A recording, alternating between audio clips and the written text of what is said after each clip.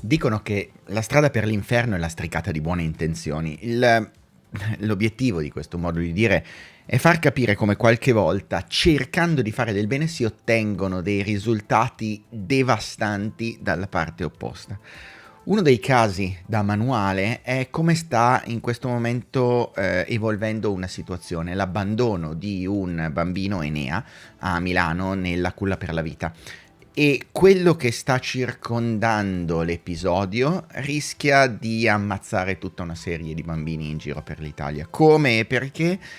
Io sono Matteo Flora, mi occupo sfortunatamente per lavoro di comunicazione di crisi e questo è Ciao Internet e oggi ne parliamo assieme. Ciao Internet. Partiamo dall'inizio. La culla per la vita.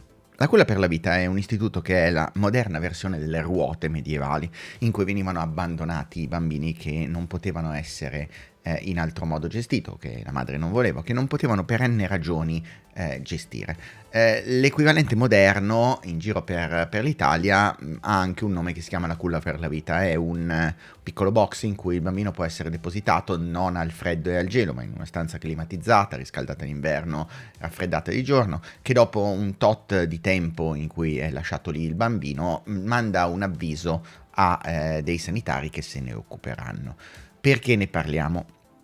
Ne parliamo perché nella giornata di Pasqua un bambino è stato abbandonato nella culla della vita per la vita di Milano della Mangiagalli. È la terza volta che succede nei 16 anni in cui è attiva la culla per la vita. Come è stata gestita la faccenda merita un'analisi un po' più approfondita, perché stiamo sbagliando un po' di cose e le conseguenze rischiano di essere disastrose. Partiamo dall'inizio. Già la culla per la vita è qualcosa che viene da tanti denigrato, è uno sforzo ancora per alcuni contro l'autodeterminazione della donna, ma immaginiamo per un secondo di valutare la culla per la vita per quello che è un gesto solidale della collettività nei confronti del valore della vita di un nuovo nascituro, in cui si discute e si capisce che il fatto di essere sani e di sopravvivere del bambino è un gesto di carità collettiva, per cui la collettività si fa carico di quel problema particolare. Già quello è da un certo punto di vista sbagliato, ma ne parliamo dopo. Funziona mediamente bene, ha salvato 3 vite in 16 anni, secondo me è un successo, ce ne sono una serie in giro per l'Italia, ma potevamo chiuderla qui, e invece no.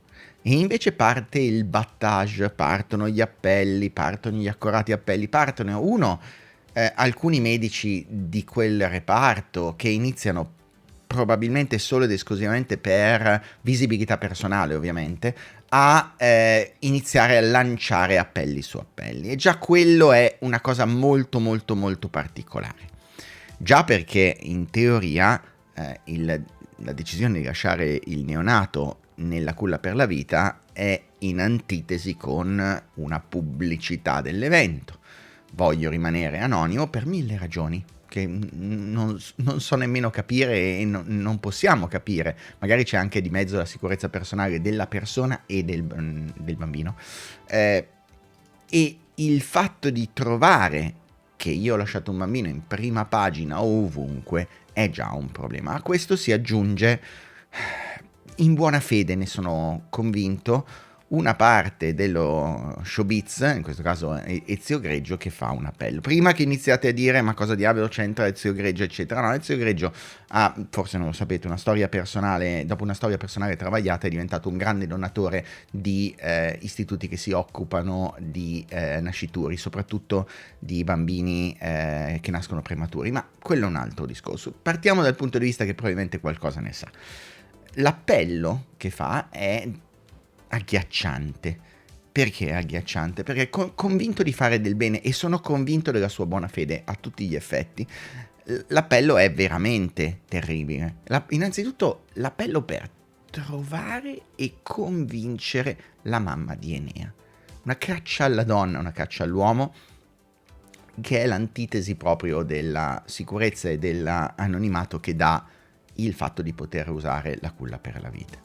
E poi una serie di frasi allucinanti. Non è giusto che sia abbandonato. Certo, perché ci ergiamo dal punto di vista è giusto o sbagliato. Sarebbe probabilmente stato meglio affogarlo in un sacchetto e buttarlo da qualche parte, secondo Greggio. Quello però, abbandonarlo non è giusto. Avere un bambino è una grande fortuna, se lo puoi gestire, se te lo puoi, se hai i mezzi mentali, fisici, economici, sociali per gestirlo il bambino, se no può non essere una grande fortuna, è tutto estremamente soggettivo e ci metteremo a darti una mano. Prendi il tuo bambino che merita una mamma vera, non una mamma che poi dovrà occuparsene, ma non è la mamma vera, cioè la distinzione, perché i genitori adottivi in realtà sono una manica di che non sono i genitori veri, eccetera. Quindi come scavarsi le fosse da soli con un unico messaggio, a fin di bene, sono convinto che fosse a fin di bene.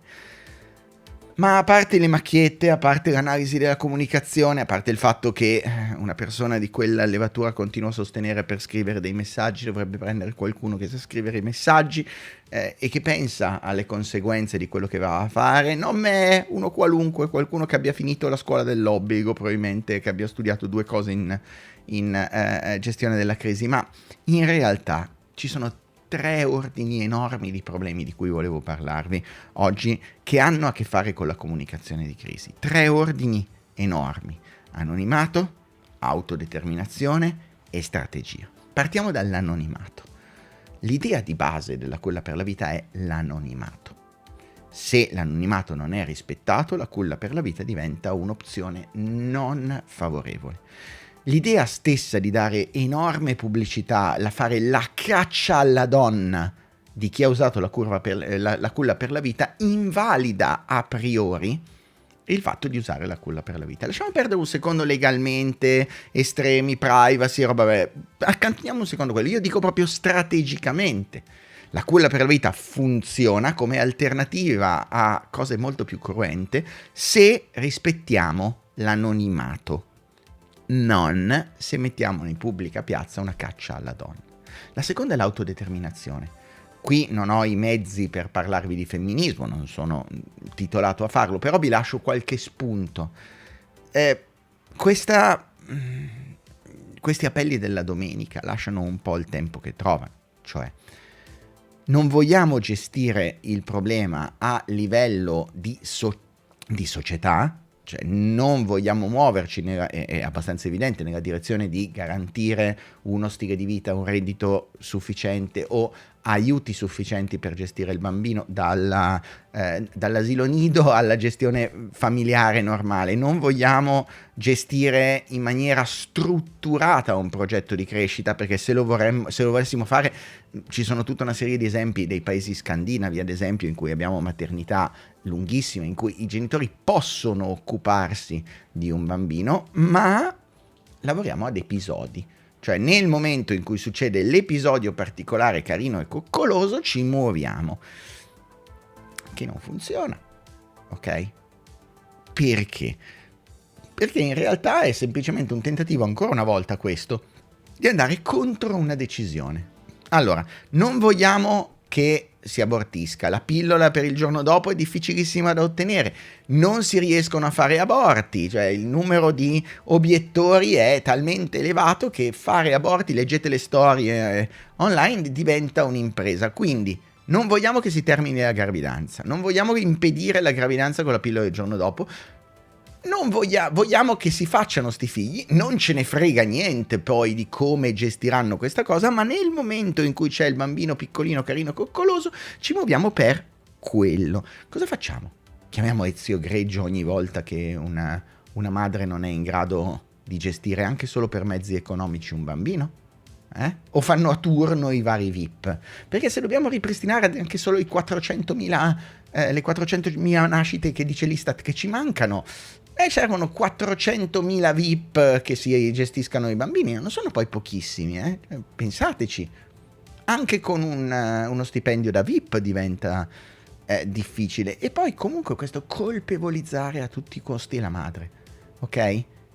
Il colpevolizzarlo per averlo abbandonato, il fatto di volerlo fare pensare, il fatto di fare una caccia alla donna per andarla a cercare, non incentiva un granché qualunque tipo di misura.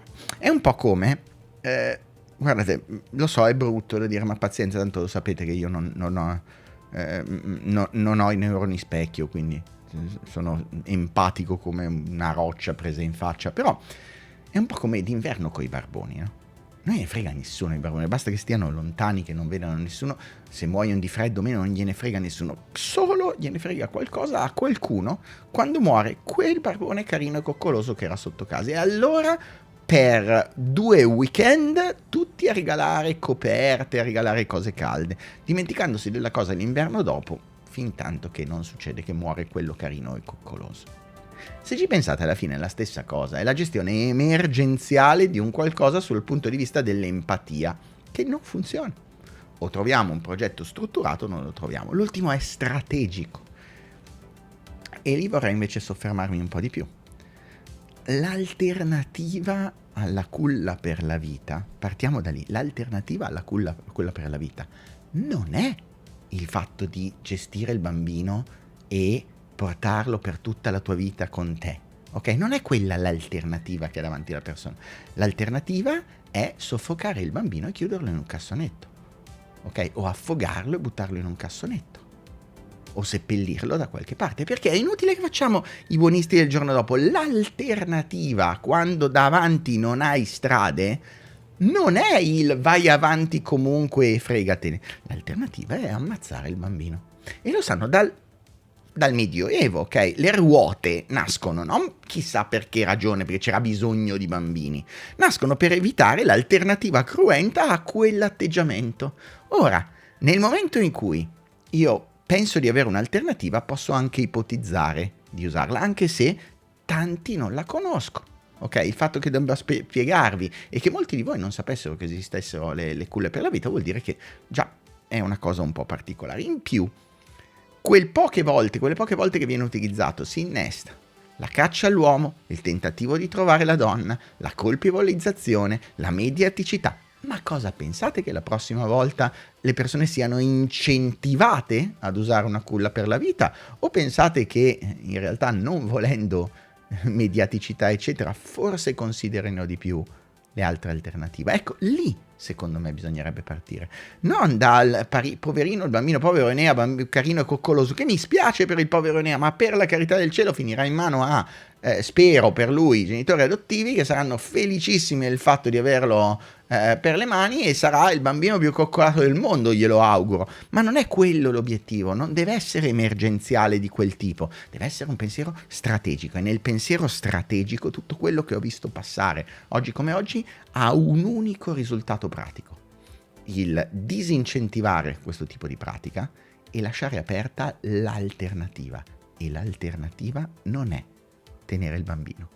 Forse magari pensarci un attimo prima di muoversi potrebbe evitare di avere i prossimi sulla coscienza, perché ogni volta che adesso io sentirò un annuncio che dice di un bambino trovato in un cassonetto, non penserò per prima cosa, per deformazione mia, a povero bambino, ma penserò, ma porca di quella Eva, ma proprio disincentivare così bisognava fare, proprio quello, perché uno è la conseguenza e nessuno me lo toglierà mai dalla testa dell'altro. Pensarci potrebbe essere una cosa utile, pensarci prima che succeda, non dopo.